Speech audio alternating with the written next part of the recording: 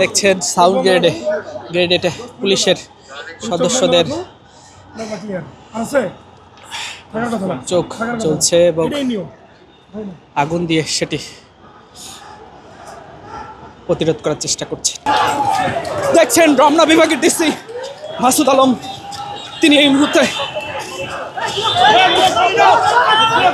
যমুনার যে পথ, সেই পথ তারা ব্যারিকেড দিচ্ছেন, আপনাদের দেখানোর চেষ্টা করছি।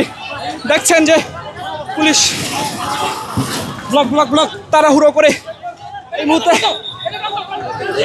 দেখছেন যে তারা এই ব্লকেট করছে, অর্থাৎ তাদের যে ব্যারিকেড, সেই ব্যারিকেড দিচ্ছেন পুলিশ, আপনাদের দেখানোর চেষ্টা করছে।